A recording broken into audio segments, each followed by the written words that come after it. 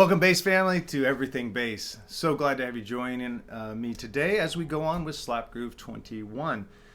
This is a unique little technique, and I kind of stumbled on it. I realized later, it was early in my slapping, that I kind of came up with what I call pinch pops. And then later, watching some videos and hanging with guys like Larry Graham and well, just a variety of players, I realized that everyone kind of came to the same conclusion about a way to play. Lewis Johnson, I saw him do an amazing pinch pop thing. This is also in 7/8 time. Previously I did a slap groove in 15/16.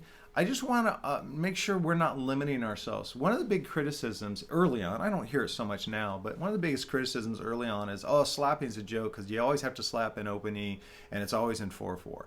And we've devastated that. Slapping can be used in any time signature, and we have tons of recorded examples of that. And we're no longer tied to the open string. As any technique, when it's first created and brought on the scene, it's usually a more simplified version. And then as human beings, I love them, how amazing they are. They'll take a simple concept and they naturally evolve it, and they naturally, make it more complex. And now it's as viable as any technique on the bass. All right, so pinch pops, what are they? Well, it's an interesting thing, and I start the groove. Again, if you're a Patreon supporter of the channel, you're a Backstage Pass subscribing member, you might want to go to my Patreon page, the link's in the description, and download Slap Groove 21's chart, especially since this is in 7/8 and we're dealing with a new technique. It might be helpful to visually see it. I know I'm a visual learner, so that's why I always bring it up. But if you're not a subscribing member, that's cool. I'll do my best to describe it to you. Okay, so the first thing we're starting with is an E open and an E on the second fret. And we put our thumb and finger kind of parallel like this. And we grab those two strings and we kind of pinch them. So it's kind of a pop, but we're also kind of popping with our thumb. And I like how weighty it is. It's just like, it just gets me excited. I like it. So we have that. So the first two beats of this 7/8 bar, the first two eighth notes are E, and then we go on F sharp, and we just play octaves, second fret, fourth fret. So we get this. Same kind of, just kind of pinching. Very weighty. It seems to have when I play this live, it's got a really great effect on the audience, especially if we have a little pumping PA system we're going through. Now, after that, so we played the E, the F sharps, and then when I just go with my index finger and I pop this B flat. So, actually, I want to change that. I realize now I actually pop it with my middle finger. Because I'm using these, it's easier with my middle finger to grab it. Okay, so that's the first part. Now, the very next thing I do is this, to follow up that A, I said B flat, but on the chart it's actually an A sharp. It's a 16th note, and the very first thing I do to follow up is a 16th note where it's called a WM on the chart, which is wrist mute. And that means instead of hitting with my thumb, I just let my wrist area, kind of really the base of my palm, and I just hit the strings. And I get a percussive click, so like that. Okay, now after that, instead of pinch popping simultaneously, I actually play with my thumb. I just kind of pluck down on the E, and I pop the octave separate. So instead of playing simultaneously, I now step up. So I'm going to play those 6 actions. Cool. Now I do like, let's isolate those last 3 actions. A wrist mute, thumb, pop. It's got a cool thing. It's kind of a cool. I like that.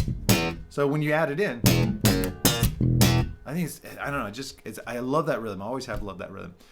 Now after that, we start again. So from the beginning, it's like this. So see how instead of doing a simultaneous like this the second time, I step it. So after that, I do the simultaneous F sharps and then the same F sharp. So the only thing changes is how I play that E. First time the notes are together, Second time the notes are separated with a mute right in front of them. So that first measure, yeah, is. And then the last part of the measure, the very last 2/16 notes, is another wrist mute and a thumb. And then I start the second measure by just a popped E. So again, this time, instead of like, a lot of my patterns I've shown you, when the measure repeats, I start and play the exact same thing again. This time, I put the thumb on the last 16th note of the previous measure, and then I start the downbeat with a pop by itself. So same thing, simultaneous F sharps. The F sharps are always played simultaneously. Pop that A sharp, wrist mute. Okay, you're gonna see it's actually, when you really break it down, even though there's two measures on the page, it's really kind of the same thing, just repeated over and over with subtle variations on how I play those first E's. So let me put it all together. Beautiful comments from you guys on either our Facebook page or in the comments below, that sometimes when I break them down, it can get really complex. That it's helpful if I could just review it in flow, play it slowly, and that's what I'll do right now. So here it is slowly.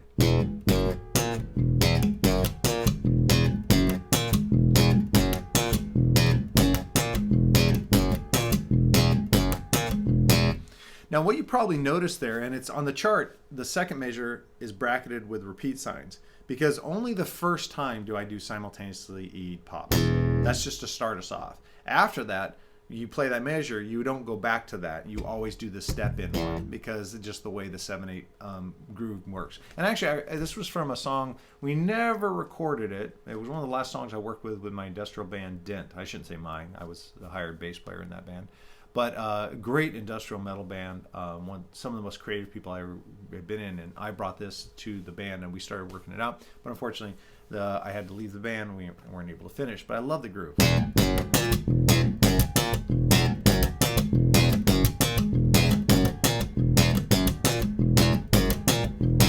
There you go. All right, so that's Slap Groove 21. Hopefully something different. I wanted to not just give you variations on the same theme over and over again. I want to try to find different things to show you with your slap grooves, because whenever people did that for me, whenever I met a bass player and they showed me a cool lick, I just remember every time it like unlocked infinite possibilities and just expanded my musicianship. So I'm going to continually try to do that until I run out of ideas, and then someone better throw an idea my way. All right, guys. Today's encore item is dear to my heart. As I've gotten more involved with the YouTube community, which honestly has only been the last 6 months, there's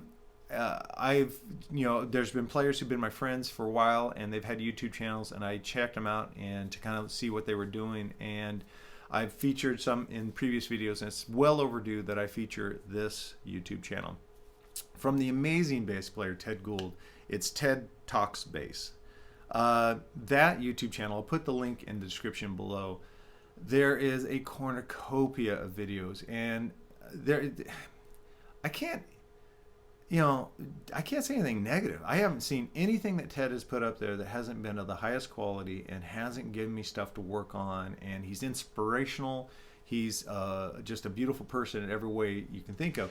And he's got a lot of subscribers, and he's very active. And I just really want to not be one of these guys that like makes my YouTube channel like, oh, just come here. That's ridiculous. There are so many great YouTube channels for bass players. We don't have an excuse for not always improving and expanding our musicianship. The resources are there, and one of them should be always in your list. I want you please to go now and subscribe to Ted Talks Bass. Check out his videos and let me know in the comments below what you think. I just think he's amazing, and I love his feel, man. When he plays, it's perfect. He's someone I aspire to emulate. I think he's just a great bass player and a great human being. Ted, you've always been very cool, and I really love your channel, and I hope this helps expose your channel to more people, because it's well deserved. Great work, sir. All right, Slap Groove 21 and Ted Talks Bass with Ted Gould. Man, guys, I don't know how I would have survived this pandemic situation the world finds in without being able to rely on you, without being able to sit here every weekend and record videos, upload them, get the comments. Have you guys just been so super, and I just really appreciate it. I thank you so much. And my family thanks you, because I know I've been a happier camper, being isolated and unable to go around and gig and stuff like that, and being stuck at home. This has been my portal to the world community bass players, and you guys have always been awesome. I just love my bass family so much. So there you have it. Please like, share, subscribe, do all those things that can help this channel out. If you haven't subscribed yet, if you haven't subscribed yet, email me at dtitusanddalettitus.com. Let me know why. And I'm not saying why, but is there something missing? Could the channel be evolved? Could it be improved in a way that would make you want to subscribe to it? That would really be awesome. I really would love to. This is not set in stone. I want this to always be malleable and always be expanding and growing. This channel cannot just be like a machine that never changes. I want it to be a living organism, so I need your input. So thank you guys so much, and I will see you at the next video.